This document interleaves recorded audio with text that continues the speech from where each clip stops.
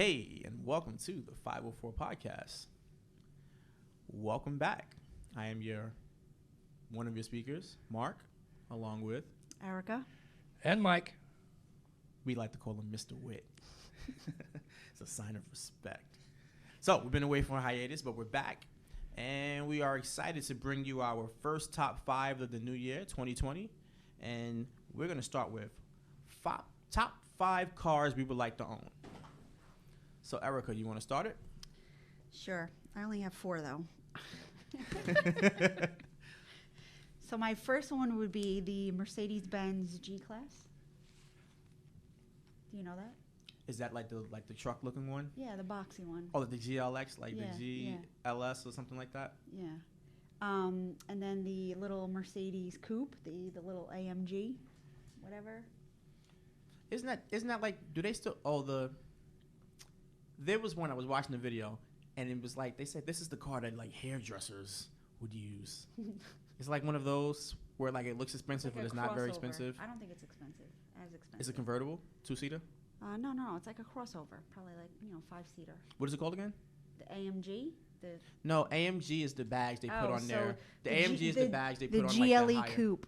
Okay, the GLE, the AMG version of the GLE. Yeah. When Got the it. tires spin, you see that little red thing that's on the brake. I guess it's the brake pad, whatever. Yes, it's when you get the AMG rotor. version of the Mercedes-Benz, it's like their top of the line everything. Oh, yeah, It's their badge. Okay. So the Audi, I believe, does the S line. Acura does the A spec. It's their like top of the line badge. So working here, I'll never get it. Okay. Probably my all-time favorite, the Escalade. And, 4 and 5 will be any kind of convertible. That's fine. I'll take a What convertible. about a Nissan Murano convertible? No, I thought about it. Do they make them still? I don't know. They were disgustingly ugly. I don't think so. What, you didn't like it? No, it was terrible. Like, why would you want a convertible SUV? I don't know. It's kind of cool. A little higher up. I don't know if I could ever drive in a car again, though. It's a little too low.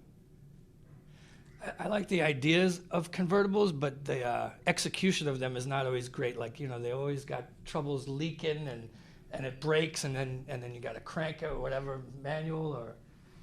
I don't know. I think there's advantages and disadvantages to convertibles.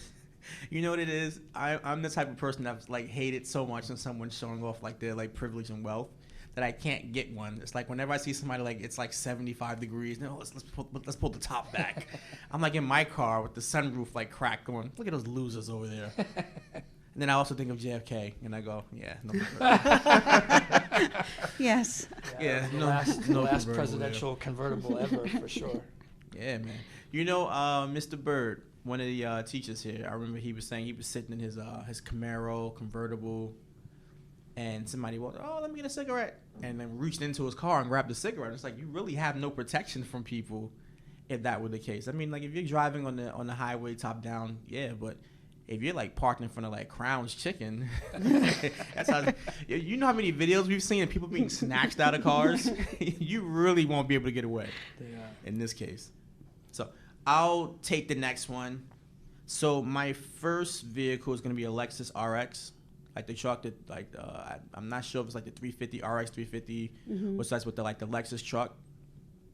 I love those. The Acura RDX, I really like. Oh yeah, I like those. My mom has the MDX, so I can't get it. I like the RDX.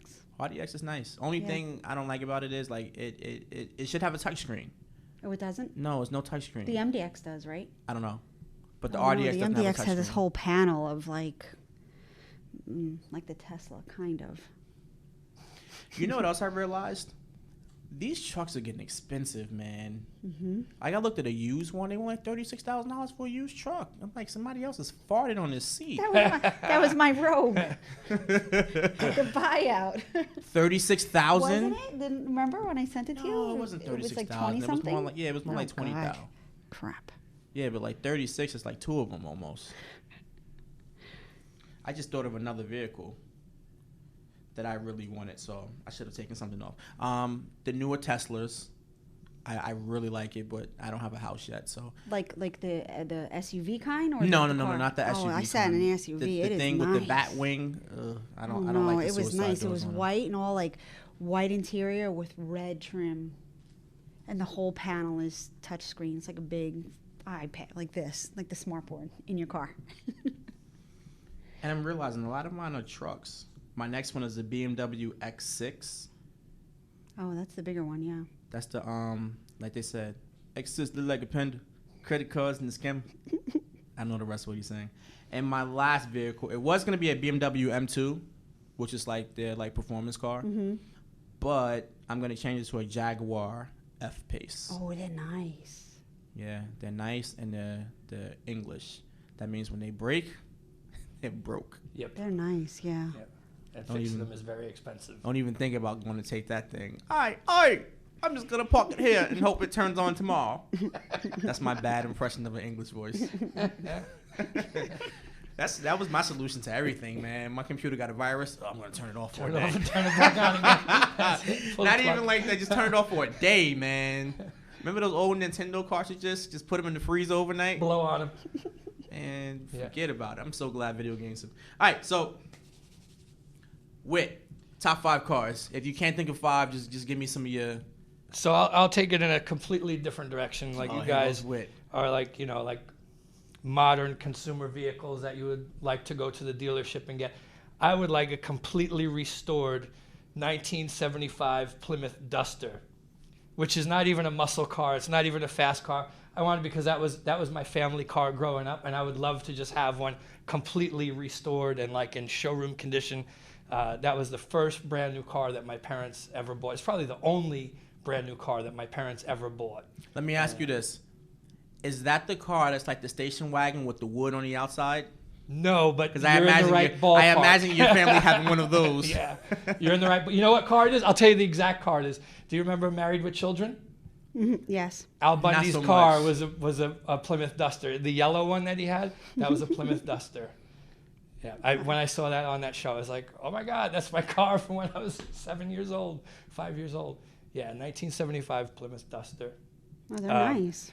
For a modern vehicle, I would take any. That's it. Yeah, I would take any BMW, and the reason why is because as a Honda driver that I am now, every time I see a BMW, I'm like, that guy's an idiot. That guy's an idiot. That guy's an idiot. They're all idiots, but they must be doing something right because they're always in front of me. I never complain about anyone behind me. So there's something about that BMW swagger that just makes you feel like, yes, I deserve to be in front of that other person on the road who does not have a BMW. I don't know, So- man. I don't have that swagger. When I'm in a nice car, I'm like this. Let me go slow, because that idiot over there in the hoopty is gonna crash into me. There's a couple of vehicle-related things that have been grinding on my nerves lately. One thing is that the people that there's a spot, but they pull over, but not into the spot, but they're still 3/4 of the way out into the lane, so that they're still blocking traffic. So you still have to go into the other lane to get around them.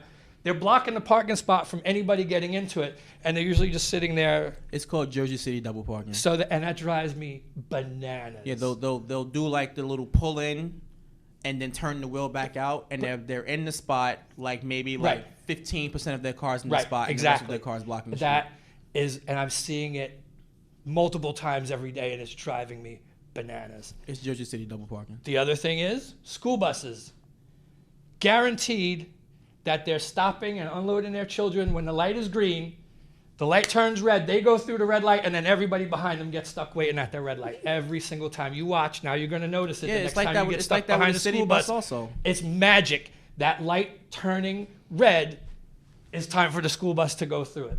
Listen, It's man, like magic. I've been behind a bus and the light was red, and I had no idea until I went through and said, "Oh shoot, the light is Yeah. red because I can't see over the bus." I was a witness to a car accident like that. It was a city bus who stopped when the light was green. The light turned red as he was letting his passenger off, and he went through it and got T-boned by another car.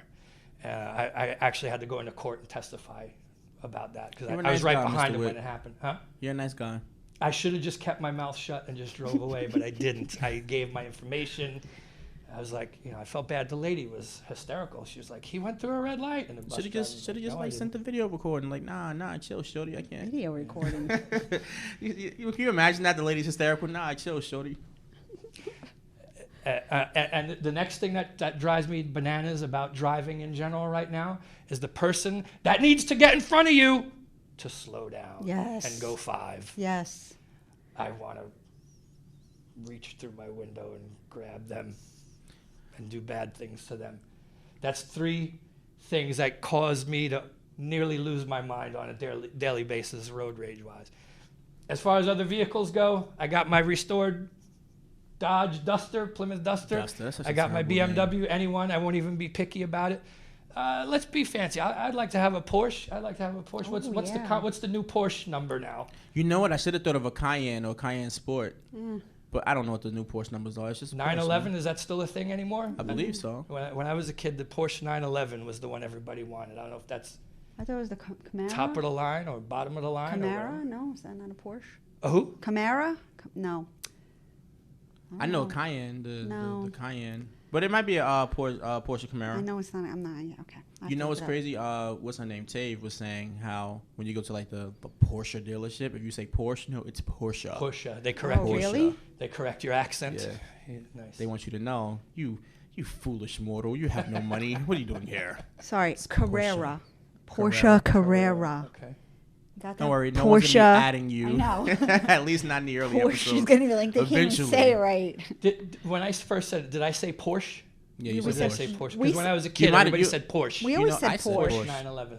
Like nobody said BMW when I was a kid. Beamer Benz, Yeah, I didn't even know it was a. Yeah, I always thought it was a Beamer. Yeah. and it was nobody even knew the names. The big body Benz, whatever that was. I'm still looking for the big body Benz that Wide Biggie body. was rapping about. Nice. I don't know what it is either. I don't know what it is either. So here's my question. Well, my first question. Public apologies. So let's suppose we're celebrities, and we get caught cheating on our significant other. Do you feel it is more tasteful to apologize in private or to apologize in public? Because I see some people go out and say, oh, you're the love of my life, and I'm so sorry this happened. But it's like, maybe people didn't know that this happened. So aren't you kind of just telling on yourself and opening it up to the court of popular opinion?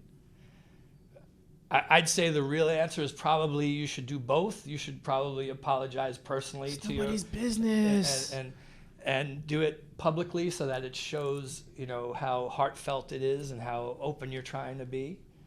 I guess. I don't know. Well, Erica, you're a woman. Well, What would you appreciate if your significant other was getting down in the town and he wanted to show you how sorry he was? Because this doesn't seem like it's like a female thing. It seems like this is like a male, I want everyone to see how sorry I am thing, at least for the I wouldn't moment. want it on social media.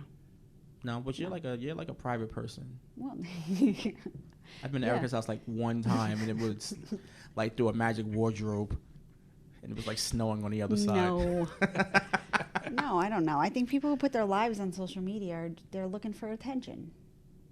I don't know. Like There's I see different some outlets celebrities. for it. Yeah, I see some celebrities do it, and it's like, does the world really need to know that you did this or you're sorry? But I think they're told to do it by their Publicists? by their publicists and whatnot. I think it depends on the nature of the excursion as well. If it's something private between you and your spouse, that's one thing. But like if you get caught using language that you shouldn't be using or words that you shouldn't be using, then it becomes more of a I need to get public opinion back on my side again. But the other thing is, if you're famous, the person that you were messing around with has the power to go to the media and rat you out, and it's almost like it's not even worth it. Like the good old days. Well, I don't want to say the good old days because I wasn't there. They evaporated by the time I was an adult. Of like having like a down person who's just like, I know what the situation is, and I really don't want any clout, and I want nothing else. I just want you. That's gone, man. Because the moment you do something that pisses them off, they're going right to the blogs.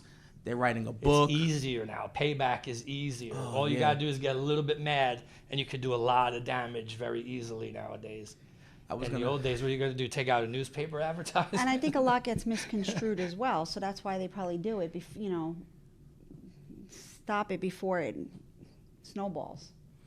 I was gonna have a joke in my comedy session, and I kind of like I veer away from some jokes just to make sure that I don't cause people to think something's really happening in my life that's not happening in my life. And I was gonna say how I had a girl on the side, and everything was great, and then I said one day, "Yo, why your house so dirty?" And then she said something like, "Oh, your wife always clean her house?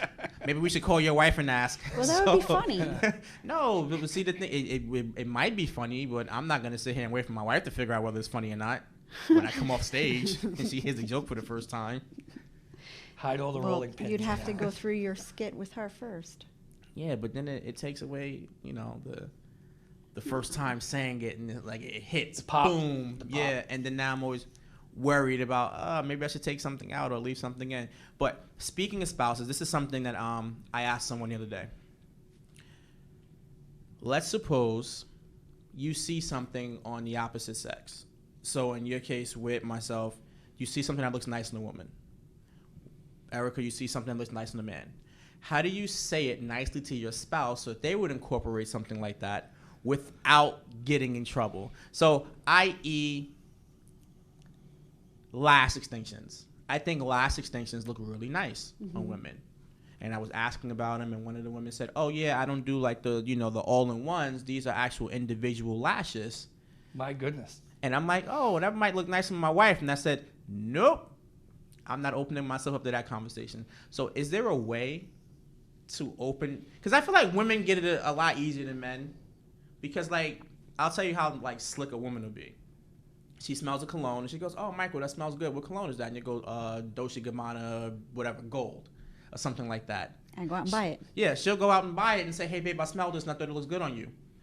I can't do that with perfume. It's like, where'd you smell this from? Who told you about this perfume? What were you doing in the mall? Well, in my defense, I really do enjoy the smell of men's cologne, which I wear. So, that's the first place I go to anyway. So it's easier for me to say, I like it because, I wear it myself sometimes. It's just a stronger scent. I think if you want to bring that conversation up with your spouse, you have to do it in as non-personal of a way as possible. So find an advertisement in a newspaper or a magazine for fake eyelashes and be like, "Oh, look, these would look great on you. I could picture you in these." Who still has Make magazines? it about her. Who still has magazines? Well, internet advertisement, whatever. But I guess it all depends on, the type of person you're dealing with. Me, myself, I'd probably be like, "Oh, yeah, you think that would look good? All right. I'll get them. Go pay for them because they're not cheap." I wouldn't say. I don't know how much they cost. Oh, they're at least $300 to start. At least $300. Oh, yeah, easily. And then you got to upkeep them every 6 or 7 weeks. No, I was told that these only last like a week. Oh, well, no. No, if you're getting the individual ones put in, it's a 2-3 hour session. Shoot, man. And you have to take care of them. It's a lot. It's a lot of work. I've seen like women wake up and the eyelash is half off their face Yeah, and those stuff. are the but ones that are these glued different. on. Yeah. But if you're talking about the ones that are glued on individually, yeah, it takes a long time. But me myself, I would say, "Oh, you think that would look nice on me? Okay, I'll try it." I wouldn't get offended. Where'd you see it? Who'd you see it on? But that's just me. I'm not a jealous person. Oh, you're nice. I'm an idiot, I guess. I can be open with Erica. Hey, but No, I'm probably the very few out there. I still think these it makes injections I was looking at the other day. Go ahead, I think it makes it easier to make it about a thing instead of about another person, because you don't want to subconsciously be saying, "I wish you looked like her," when you could say that advertisement on the computer or newspaper or magazine or whatever is much less personal. It's much less competitive. You're not competing with pixels. Yeah, I have a theory about that, and it's a really weird theory. If it comes to a picture of someone, and the picture might be a little a risque, the picture of someone that being risque is more valuable than any picture you find of any celebrity because it's more personable. It's more personal because it's like this. Oh shoot, I know that person. So in the case of what you're saying here with the magazine, because it's not a real person, it's not really personal. as opposed to if you saw it on Keisha or whomever. Go look like her, then it becomes a competition. Oh, you like Keisha? Then it's a competition, then it's personal. That's how I would do it anyway. I would just find, if you could even find an advertisement for without even another human in the picture, just a picture of the eyelashes by itself with no attached to no human. You know, That's no, the way you to do when it. you go shopping, you go to like the drug stores. You have to go down one of those aisles and you see them, and then you can say, "Hey, what are these? How do these work? Would you ever try them? I think they'd look good on Yeah. you." I don't know if you ever watched one of my favorite shows, the episode of King of Queens, and we're talking about, you know, it being personal. I love that. And they're having a conversation about, like, if you got a pass, like just one pass, like the husband and wife, you get one pass to be with a different person. And the husband says, you know, who would it be? And you know, the wife is going for it. She's like, all right, I'll go for it. And she names some celebrity. And the husband goes, okay, cool. And she says to him, who would your person be? You know what he says? The lady at Burger King. Your nail girl. Your nail girl. And then all of a sudden, it's like the game has changed, man. Because that's attainable. Because yeah, that's man, real. like, she's That's, there. and you've She- been checking that out. Yeah. She comes to the house like, you know, once a week. What are you doing in the kitchen when we're over in the living room? It's personal, man. And when it becomes personal and close and proximity wise, attainable. forget about it. Yep. Yep. The So- claws come out. Fwing. So going off of this topic, we have plastic surgery for men. So we know for years, men have probably been getting plastic surgery, but we know women, like it's almost like it's in Hollywood, like a prerequisite. Like you got to have, you know, a body that looks like this, and then, you know, they'll change their nose, they'll do stuff to their lips, breasts, you know, the butt injections are really coming in. But like for a guy, like let's say you and myself, and we go, hey Michael, man, let's go to the Dominican Republic and get some abs and a new hairline. What's up? Like it's almost like shunned upon. And I say this for myself because I have what they call beard envy. I can grow a mustache, I can grow a goatee, but I cannot grow a beard. I get like these little weird whiskers on the side of my face every once in a while, and I try to leave it to see if something's gonna happen. Nothing happens. They have like lace front beards Beard for implants? men. Oh my gosh. And yeah, stuff like that where they You should take like do it. blood from other places and they shoot it into you and you can actually grow a beard. And I feel like if I left in June and came back in September with a full beard, abs, and muscles in my calves, You've had some work like people done. would say, yo, what happened? Well, the funny thing is, the abs you could believe because you could have been going to the gym for 2 months and got right. But this isn't going to change. It is what you've got, right? So the beard would be the giveaway on that, not the abs. I don't know. Like You I know? didn't have this when I was in high school. This is like finally developing over here. So, you know, I might give it another 10 years. I might get something. Keep shaving. And then beards will be out then. But I think that's where the difference would be. You can come in looking like that, and nobody would be like, "You had surgery." Whereas a woman, right away, she must have had surgery. I don't know. Sometimes the women with the little hourglass thing, and you think they had surgery until they take it off, and then like it, Oh, you mean all their undergarments, Yeah, their and then it- Spanx, and then it plops out and then they like roll everything down? Yeah, like yeah, silly putty. Yeah. So I mean, you think it, and it's like it's rude to ask like a woman, like, hey, you know, where'd you get that done? What do you mean? What did I get it done? But also, you know, people have gotten surgery and stuff like that for like health reasons. So you can't kind of you got to pick your battle as far as whether or not they've actually gotten work done or whether they've actually gotten surgery to help, you know, necessary health-wise, for health yeah. reasons. Yeah. But I still feel like, when will it be acceptable for men? You think it'll ever be? Yeah. I When think so. when it's more common? Yeah. What do you mean? Ten- There's many 10 men out years. there who gets plastic surgery. There's all those beauty. Name one. Name a person that you know has gotten plastic surgery without a doubt, and not Michael Jackson. Actors? Yes. I'm sure Wait, there's- does not lipo? Yeah, that counts. the- Well, no, not lap band, like, not the one that you go inside to like decrease the size of your stomach. I'm talking about like actual like Yeah, coming back there's with this abs. guy who wants to look like Ken, the Ken doll. I don't know. He was like on E or something like that. No, see, but that's the thing. It's not a real person. It's the guy who looks like a Ken doll. I can bet you. There's a bunch of those weirdos out there. I can bet you there's. a real I don't know. person. I'll have to do my research. I can bet you there's some male actors who've gotten tummy tucks, no doubt. Because I was always thinking maybe LL Cool J. Because I'm like, he still looks young, man. Facelifts are pretty common, more common now among men than ever before. You know, in the 80s and the 90s, that people were much more hush-hush about it. If they did it at all, it was kept more quiet. Now it's more out there. Everybody has a reality show now. I know shows where people, you know, men have documented their facelift procedures and the recovery from it and stuff like that. Would you ever go on a reality show? Would I? Would you ever? I'm not interesting enough. Like, no. Let's suppose your wife is the Real Housewife of Bayonne. Oh no. And you Real have Housewife to, and you have to film fill with in the her. blank is just poison to And begin with. you have to fill in with her. It's a one-shot deal. We need you there, and you get camera time and such. But you still gotta have your regular job because you're not gonna get rich off of this. Would you do it? Sure. Yeah. Why not? Mun.